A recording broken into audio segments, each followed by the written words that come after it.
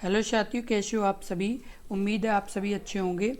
मैं हरबेंद्र एक बार फिर से आप सभी साथियों का अपने परिवार हर क्लासेस 24 में आपका स्वागत करता हूं। आज बात करेंगे आपके जो हिंदी के यानी प्रश्नों की लगातार जो सीरीज चला रहे हैं उसी में ये अगली यानी वीडियो है। यदि आपने पिछली वीडियो नहीं देखी है तो इस वीडियो के डिस्क्रिप्शन में लिंक दिया गया प्ले लिस्ट का, तो आप यानी पिछली वीडियो को भी ज़रूर देखें क्योंकि ये आपके एग्ज़ाम के लिए बहुत ही अच्छी वीडियो है। इसी तरह के प्रश्न आपके एग्ज़ाम में पूछे जाएंगे, इसलिए जितने भी अभ्यर्थी यूपीएसआई एग्ज़ाम की तैयारी कर रहे हैं वो सभी इस वीडियो को बहुत ही ध्यानपूर्वक से देखें और शुरू से लेकर के एंड तक ज़रूर देखें।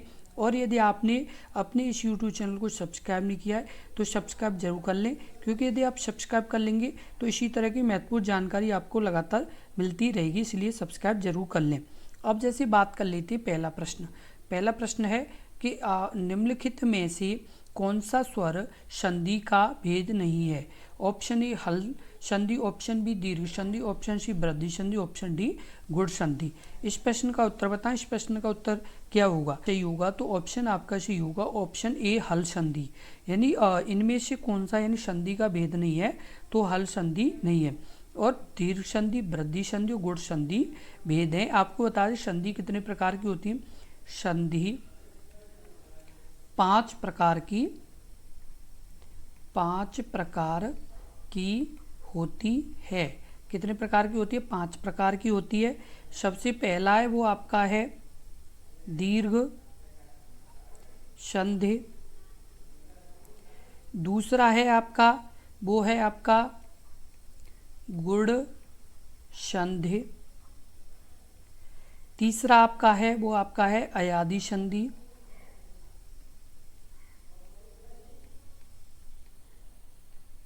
चौथा आपका है वृद्धि संधि।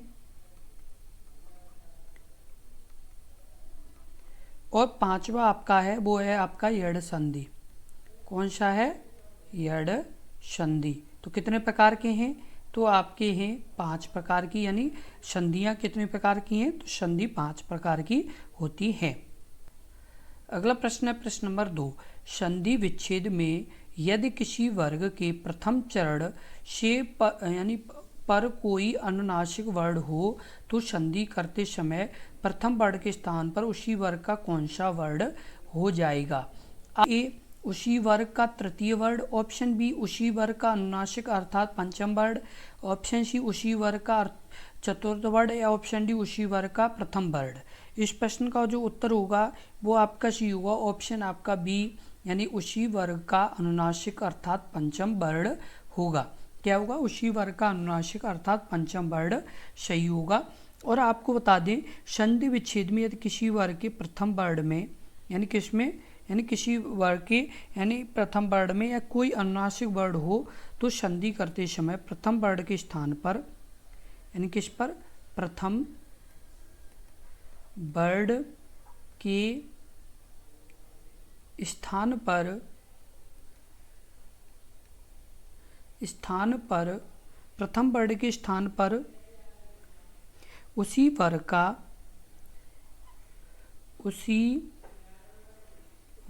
का अनुनासिक अर्थात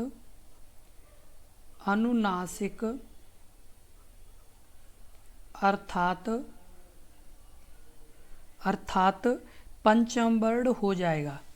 अर्थात पंचम वर्ण हो जाएगा। क्या हो जाएगा? पंचम वर्ण हो जाएगा। अगला प्रश्न है प्रश्न नंबर 3। निम्न में से कौन सा युग्म गलत है? ऑप्शन आपका ए अनुदित बराबर यानी अनु प्लस उदित, ऑप्शन बी अवनींद्र यानी अवनी प्लस इंद्र, ऑप्शन आपका सी श्रद्धानंद यानी श्रद्ध प्लस आनंद, ऑप्शन डी यानी आपका भूदा का होगा भू प्लस उद्धार। इस प्रश्न का उत्तर बताएं। इस प्रश्न का उत्तर क्या होगा? इस प्रश्न का जो उत्तर होगा वो आपका सही होगा, ऑप्शन सी श्रद्धानंद। यानी श्रद्धानंद में श्रद्ध प्लस आनंद ये क्या है? यानी युग्म गलत है। किस तरह का है ये युग्म? कैसा है? यानी गलत है। यानी इसका जो शुद्ध रूप होगा वो आपका होगा श्रद्धा। क्या होगा? श्रद्धा श्रद्धा प्लस आनंद, क्या होगा, श्रद्धा प्लस आनंद, इसका क्या होगा, तो आपको बता दें इसका क्या होगा, तो संधि विच्छेद होगा, क्या होगा, संधि विच्छेद होगा। और ये किस यानी संधि का उदाहरण है, तो ये दीर्घ संधि का उदाहरण है। किसका उदाहरण है, दीर्घ संधि का उदाहरण है। किसका उदाहरण है, दीर्घ संधि का उदाहरण है। आपको पहले हमने अच्छे से बता दिया है, संधि 5 प्रकार की होती हैं और ये उसी में से जो दीर्घ संधि है वो आपकी यानी इसी का ये उदाहरण है। और आपको बता दें कि जैसे ये किस तरह से, जैसे बड़ा आ प्लस बड़ा आ, तो ये क्या है, दीर्घ शब्द है, तो यहाँ पर क्या होगा कि ये ऑटोमेटिक ही ये दीर्घ संधि में आएगा। अब अगला प्रश्न है प्रश्न नंबर 4, संधि के कितने भेद होते हैं, option 1, option B 3, option C 2, option D 4। इस प्रश्न का उत्तर बताएं, इस प्रश्न का उत्तर क्या होगा, वो आपका सीगा ऑप्शन बी 3। संधि के कितने भेद होते हैं, तो 3 भेद होते हैं। कौन कौन सी, तो आपको बता दें, स्वर संधि, स्वर संधि, उसके बाद आपकी है व्यंजन संधि, व्यंजन संधि, उसके अलावा तीसरी है वो है विसर्ग संधि। कौन सी है, तो विसर्ग संधि है। अब आपको इसकी पहचानने का यानी बता दें तरीका कि कैसे पहचानते हैं। सबसे पहले स्वर संधि, क्या, स्वर संधि में, स्वर संधि को कैसे पहचानेंगे, तो स्वर संधि के 2 स्वरों के मेल से, 2 स्वरों के मेल से जो विकार अथवा रूप परिवर्तन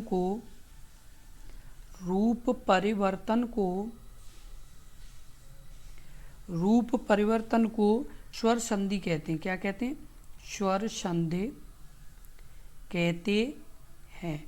आपको ध्यान रखना होगा स्वर संधि को कैसे पहचानना, 2 स्वरों के मेल से जो विकार अथवा रूप में परिवर्तन को स्वर संधि कहते हैं। अब आपका है व्यंजन संधि, क्या है, यानी व्यंजन संधि। तो व्यंजन संधि को कैसे पहचानेंगे, व्यंजन से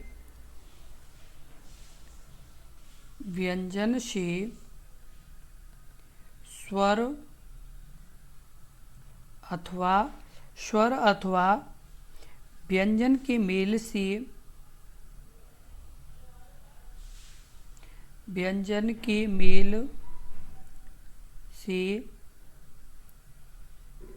उत्पन्न विकार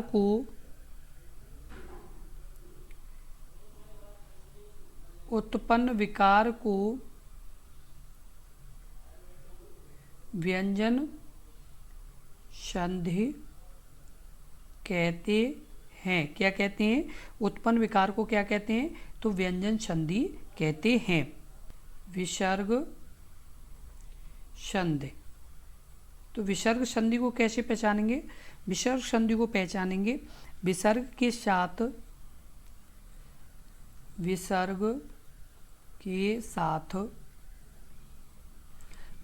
के साथ या व्यंजन के मेल से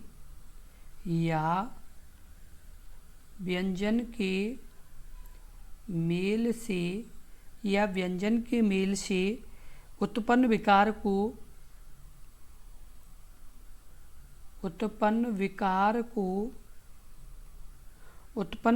को विसर्ग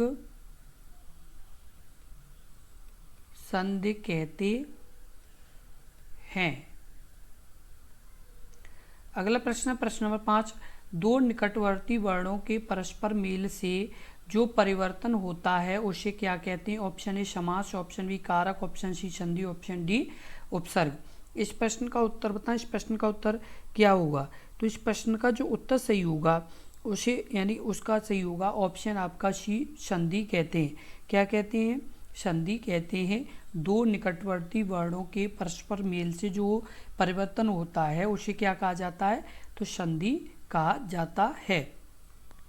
अगला प्रश्न है प्रश्न नंबर 6, कोडार्क का संधि विच्छेद है। ऑप्शन ए कोड प्लस क, ऑप्शन बी कोड प्लस अर्क, ऑप्शन सी कोड प्लस आर्क, ऑप्शन डी कोडा प्लस अर्क। इस प्रश्न का उत्तर बताएं। इस प्रश्न का उत्तर क्या होगा? ऑप्शन आपका सी कोड प्लस आर्क। क्या सही होगा? कोड प्लस आर्क सही होगा। कोडार्क का संधि विच्छेद किसका? कोडार्क का संधि विच्छेद क्या होगा? तो कोड प्लस आर्क होगा। और आपको बता दें ये किसका उदाहरण है? तो दीर्घ संधि का। किसका? दीर्घ संधि। और दीर्घ संधि किस में आती है? तो स्वर संधि में। ये दीर्घ संधि का उदाहरण है। और आपको बता दें कि जो दीर्घ संधि है, क्या दीर्घ संधि उसे कैसे पहचानेंगे? यदि अ बड़ा छोटी ई या बड़ी ई छोटा ऊ बड़ा ऊ और ऋष्य के बाद वे हर्ष यानी वे ही दीर्घ स्वर आए के बाद वे ही दीर्घ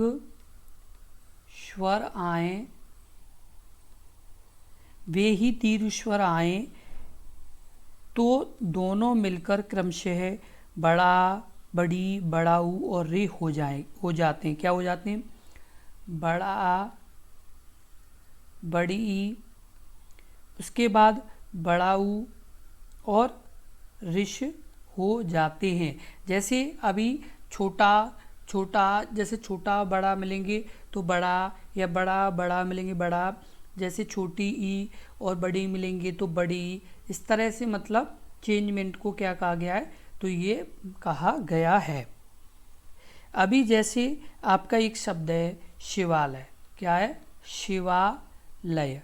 तो शिवालय का जो संधि विच्छेद होता है वो आपका होता है शिव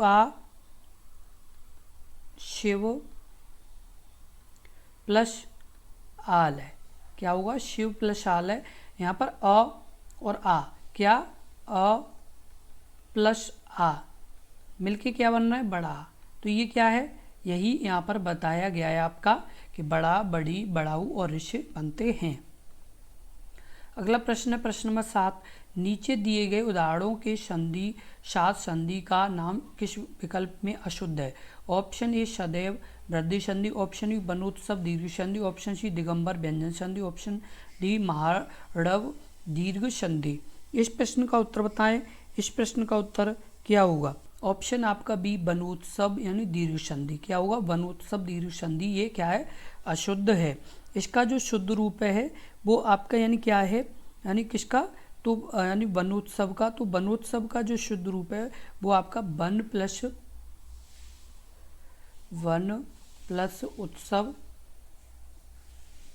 उत्सव और ये है किसका? तो गुण का। किसका? गुण संधि का ये उदाहरण है। तो आपको ये ध्यान रखना है। और आपको ऐसे ही बता दें जैसे आपका यानी दिगंबर में क्या है? जैसे दिगंबर, तो दिगंबर का यानी संधि विच्छेद क्या होगा? दिक प्लस अंबर। क्या होगा? दिक प्लस अंबर होगा। अब जैसे दिक प्लस अंबर, अब ये दिगंबर है किसका? तो दिगंबर है वो आपका किसका है? तो दिगंबर आपका व्यंजन संधि का। किसका? व्यंजन संधि का। किसका? व्यंजन संधि का। उसका महारडव में यानी जो संधि विच्छेद होगा वो कैसे होगा? तो महा प्लस अर्डव, ये इसका संधि विच्छेद है, इसलिए दीर्घ संधि है। उसके अलावा आपको बता दें सदैव का संधि विच्छेद क्या है? सदा प्लस एव। ये क्या है? तो ये व्यंजन संधि का उदाहरण है। अगला प्रश्न नंबर 8, धरेश का सही संधि विच्छेद है। ऑप्शन धराह प्लस अश, ऑप्शन बी धरा प्लस ईश, ऑप्शन सी धरा प्लस इश, ऑप्शन डी धर प्लस ईश। इस प्रश्न का उत्तर बताएं। इस प्रश्न का उत्तर क्या होगा?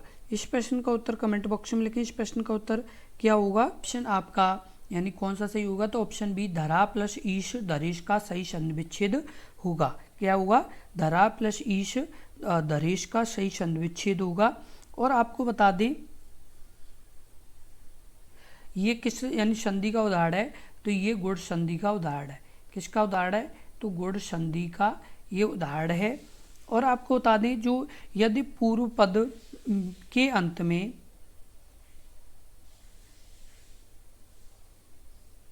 यदि पूर्व पद के अंत में यदि पूर्व पद के अंत में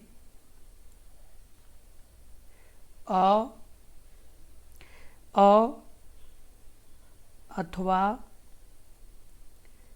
बड़ा अथवा बड़ा आ हो तथा पद के अंत में छोटी ई अथवा बड़ी छोटी ई अथवा बड़ी ई हो तो दोनों मिलकर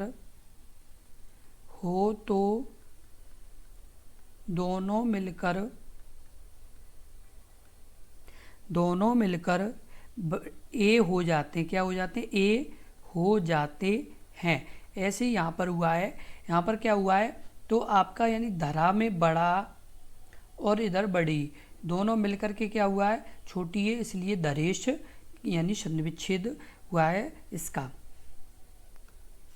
अगला प्रश्न, प्रश्न नंबर 9, नद्यागम शब्द का संधि विग्रह। ऑप्शन ए नदय प्लस गम, ऑप्शन बी नदी प्लस आगम, ऑप्शन सी नदया प्लस गम, ऑप्शन डी नदी प्लस आगम। इस प्रश्न का उत्तर बताएं। इस प्रश्न का उत्तर क्या होगा, तो इस प्रश्न का जो उत्तर सही होगा वो आपका सही होगा ऑप्शन डी नदी प्लस आगम। क्या होगा, नदी प्लस आगम होगा। और ये किस यानी संधि का उदाहरण है, तो यड़ संधि, इसका यड़ संधि का ये उदाहरण है। और आपको बता दें कि ये यड़ संधि को आप पहचानें कैसे, तो जब छोटी ई या बड़ी ई छोटा ऊ या बड़ा ऊ तथा ऋषि प्रत्यय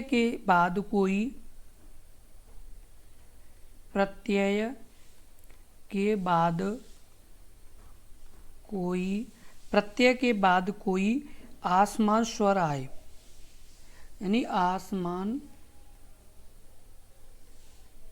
स्वर आए, जैसे छोटी ई बड़ी ई या छोटा ऊ या बड़ा ऊ का क्या हो जाता है, वह हो जाता है। क्या हो जाता है, ब हो जाता है। और रे का र हो जाता है। छोटी ई और बड़ी ई का क्या हो जाता है, य हो जाता है। और छोटा ऊ और बड़ा ऊ का क्या हो जाता है, तो वह हो जाता है। और ऋष का क्या हो जाता है, तो ऋष का हो जाता है र। क्या हो जाता है, र हो जाता है। तो ये आपको ध्यान रखना है। अगला प्रश्न है प्रश्न नंबर 10, परमौषध शब्द का संधि विच्छेद कौन सा है। ऑप्शन ए परम प्लस पौध, ऑप्शन बी परम प्लस औषध, ऑप्शन सी परम औषध, ऑप्शन डी पर प्लस औषध। इस प्रश्न का उत्तर बताएं। इस प्रश्न का उत्तर क्या होगा, बी परम प्लस औषध सही होगा। परम औषध का संधि विच्छेद, परम प्लस औषध सही होगा इसका संधि विच्छेद। और ये किस यानी संधि का उदाहरण है, तो वृद्धि संधि का, किसका, वृद्धि संधि का ये उदाहरण है। और आपको बता दें कि इसमें अ तथा बड़ा आ के बाद अ तथा बड़ा आ के बाद अ तथा बड़ा आ के बाद ओ अथवा बड़ा ओ आने पर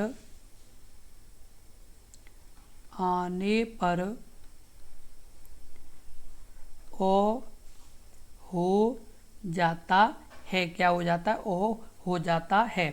इसी तरह के बहुत ही महत्वपूर्ण प्रश्नों की लगातार वीडियो देखने के लिए अपने इस YouTube चैनल को ज़रूर सब्सक्राइब कर लें, क्योंकि यदि आप अपने इस YouTube चैनल को सब्सक्राइब कर लेंगे तो इसी तरह की बहुत ही महत्वपूर्ण जानकारी आपको लगातार मिलती रहेगी, जो आपकी UPSI एग्ज़ाम के लिए बहुत ही ज़रूरी है।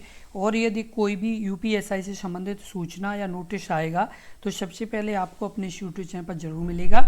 और इस वीडियो को ज़्यादा से ज़्यादा शेयर करें, जिससे और भी अभ्यर्थियों तक ये महत्वपूर्ण जानकारी पहुंच सके। इसलिए इस वीडियो को ज़्यादा से ज़्यादा शेयर करें। अच्छी लगी हो, महत्वपूर्ण लगी हो तो वीडियो को लाइक ज़रूर कर दें। धन्यवाद।